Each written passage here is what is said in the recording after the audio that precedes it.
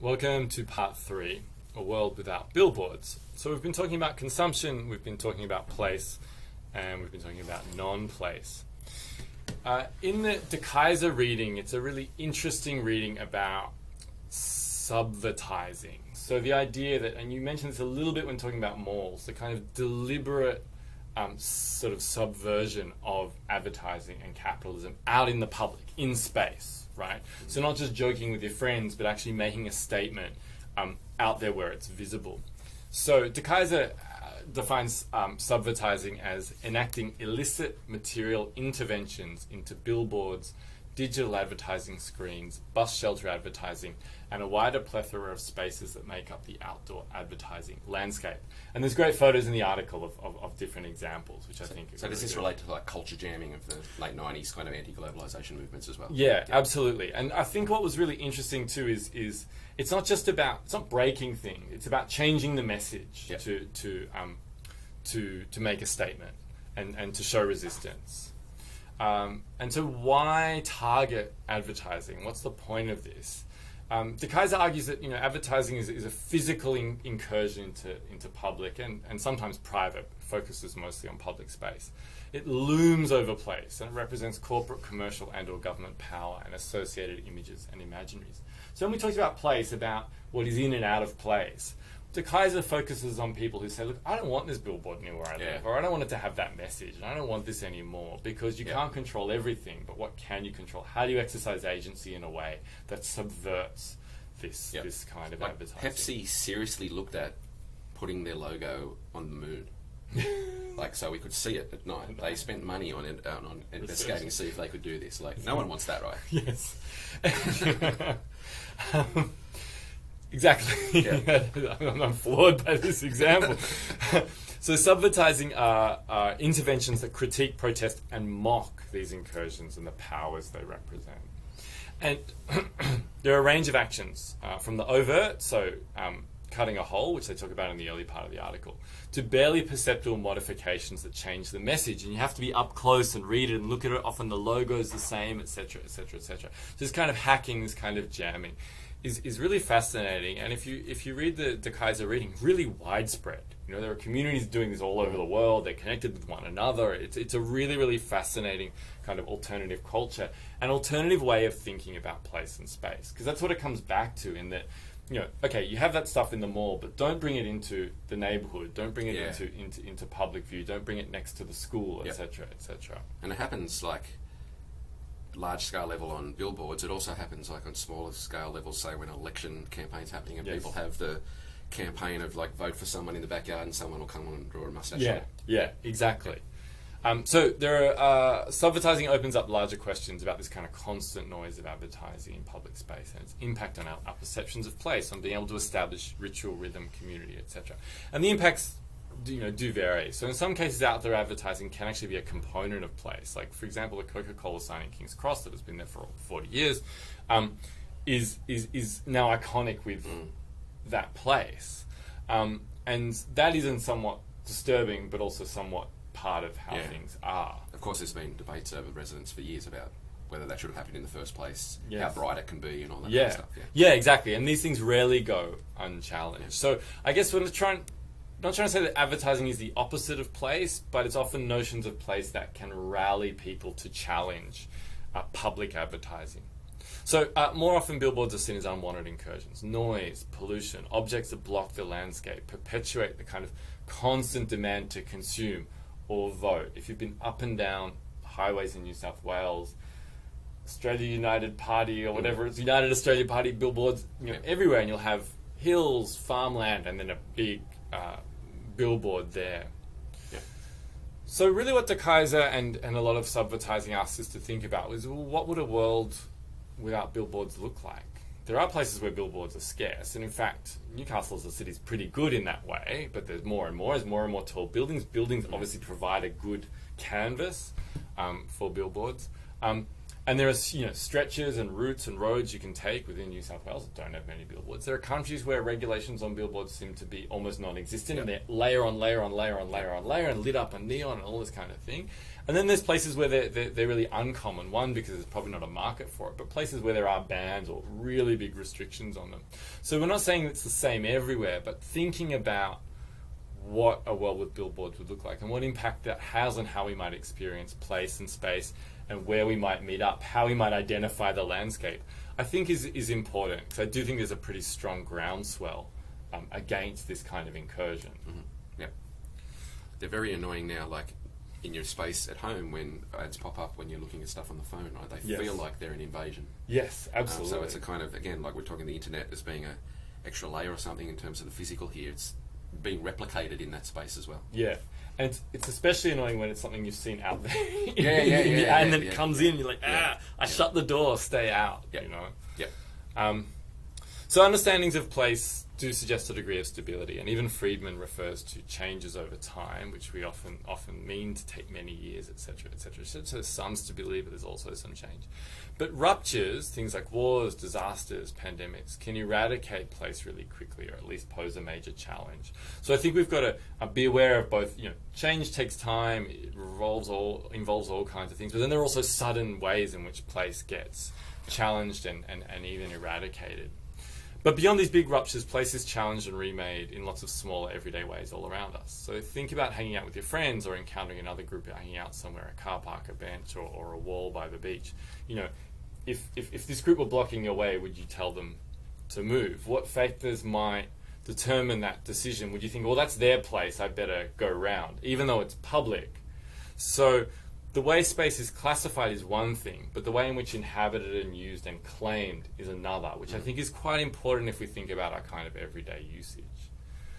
And if you consider graffiti and other illegal ways of marking place, these two are texts, are claims to be made to a certain area, or to leave traces of presence, that this is territory that belongs to somebody, or they're making a claim on it. Even if it's weak, actually, even if they never return, it's a trace that they were there. So place actually brings in a lot of these components of claim making, even if it's not within the law and even if it's not within ownership. These are temporary claims to inhabit space. Yeah, the research about graffiti and the cultures around it and the kind of status symbols of, the dangerous places to put stuff and all that kind of stuff is really interesting. What I find interesting here too is the interpretation of, say, something like a wall. The Hit the Bricks campaign in Newcastle, which is like a sponsored event where graffiti artists kind of can come and put up stuff, and you can see prominent things all around the city. People tend to really like it. There's one very close to my house where I was talking to an old lady that lives up the road who hates it. Yeah, right. She thought the brick wall in the side of an old terrace was beautiful. Now it's got a picture of a whale shark on it, and she doesn't like it as much. So it's interesting that the artistic thing that's now put on that she rejects over the kind of heritage of the wall. So it's like, again, it's a kind of contextual relationship to like what's legitimate in space and what's not. It's interesting, in early 2022, I think in around February, the Newcastle Knights were deployed to paint lots of walls around Newcastle black, paint over graffiti. Not asked by the council to do so. And it was a little bit of a controversy. They were actually asked by someone else to do it. But instead of cleaning up the city, making it, who decides over what does and doesn't get left, and because they weren't consistent, and there's a few spots where you can go and see where they painted. They also painted a lot of the temporary hoardings around some of the construction sites, which is odd in a sense because it's not going to be there that long. But there's a few key sites, and that was interesting because it was actually an illegal repainting. It wasn't sanctioned by the authorities, but given the status of the club within the city, etc., etc., etc. It's interesting too, though. Maybe they're creating blank canvases for the next people to come along. That's what a lot of people in the graffiti community immediately said, is like, why would you do black? It's the colour where everything pops off immediately.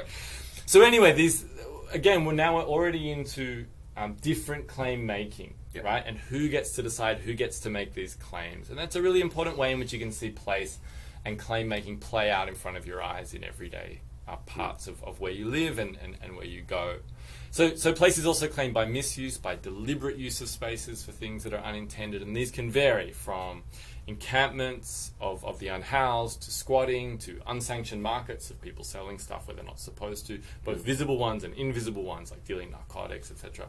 To building DIY skate parks and things under flyovers, using things for other purposes. They're all place claims. Yep. This activity can happen here, it belongs here, and people know to find it here, even if they don't involve ownership or legality. So they're temporary claims to place. They might not be in effect 24 hours a day or even all year, but they'll usually be established through some kind of rhythm, right? And you can imagine that people get upset about this because it's out of place. It transgresses boundaries they think are firmly established. Like there's kids here all the time, drinking all the time. There's a regularity to their presence, and that makes people anxious, and that's where the contestation comes in. Day and night being a real key there. What can happen in the day and what can happen at night. Yeah, and it's a really good way to think about what's in and out of place. So some certain behaviours, I mean, even if you sat at an outdoor area and drank alcohol at 9 in the morning, people would think this is an out of place activity. But if you sat at the same seat at 9 o'clock at night, it would be acceptable. So there's a temporality. Or maybe less out of place, but still unacceptable in like the alcohol-free zones and stuff like that. Yes. Yeah. So it's everything. Many things are place dependent, but there are clear patterns and things we can identify. Okay, and finally, what we've had to contend with a lot in during the pandemic, etc., has been these sort of empty public spaces. So where the bustle and buzz that was a really crucial part of towns and cities and neighborhoods was shut down for long periods, and it was a really difficult thing for people to contend with. That the idea of silence and emptiness and no movement and not seeing people, and of course we know this had huge psychological effects for many people.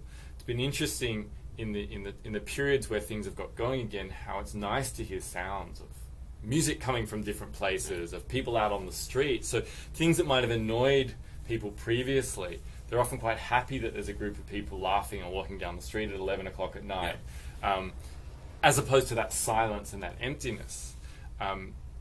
Media, newspapers in particular, they loved a bit of, here's the centre of Paris with no people, here's the centre of Sydney with no people, a lonely cleaner walks through Shanghai, etc., which is...